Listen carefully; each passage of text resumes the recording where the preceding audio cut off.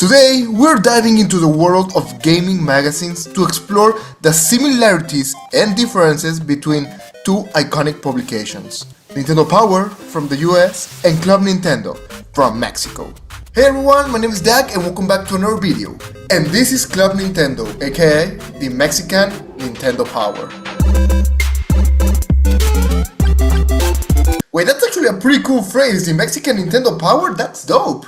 But first, let's start with a little bit of history. Nintendo Power was the official Nintendo magazine in North America, published from 1988 to 2012, and it had a total of 285 issues. On the other hand, Club Nintendo was the exact same, but for Latin America, mainly in Mexico. Founded in 1990 and running until 2008, and while there isn't an exact number of issues, it is estimated that it had around 230 issues, from which I have several from when I was a kid, and I loved reading them as a kid. The ones I have is Mario Party 10, a Donkey Kong special, New Yoshi's Island, Super Mario Maker, and my favorite, The Legend of Zelda Majora's Mask for the Nintendo 3DS. However, I had a couple more magazines, but they got lost over time. So, just for the sake of this video,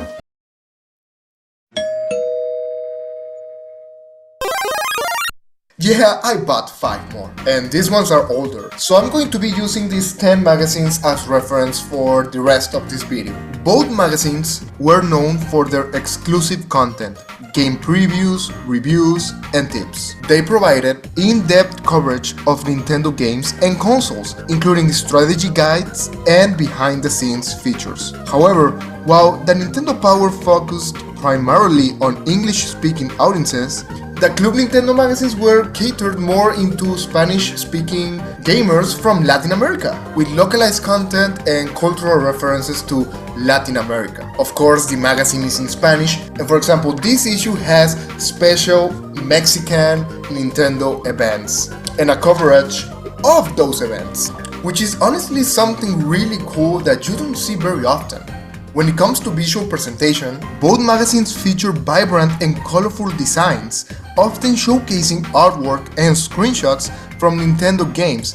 However, Club Nintendo incorporated more Latin American flair, with cover art and illustrations reflecting the culture.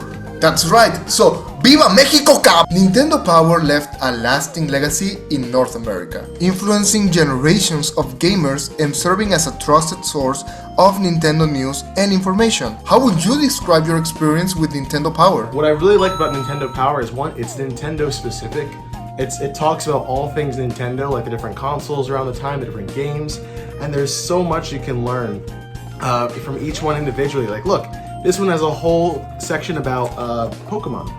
Look, it talks about the evolutionary lines of the starters and all sorts of info about that for Fire Red and Leaf Green.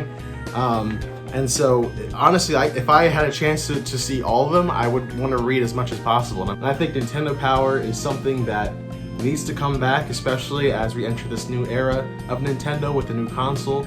So, Nintendo, bring it back. You heard it here first. And go read. I honestly absolutely love the Nintendo Power. It was something that I caught the tail end of. The Nintendo Power is such an incredible piece of Nintendo history.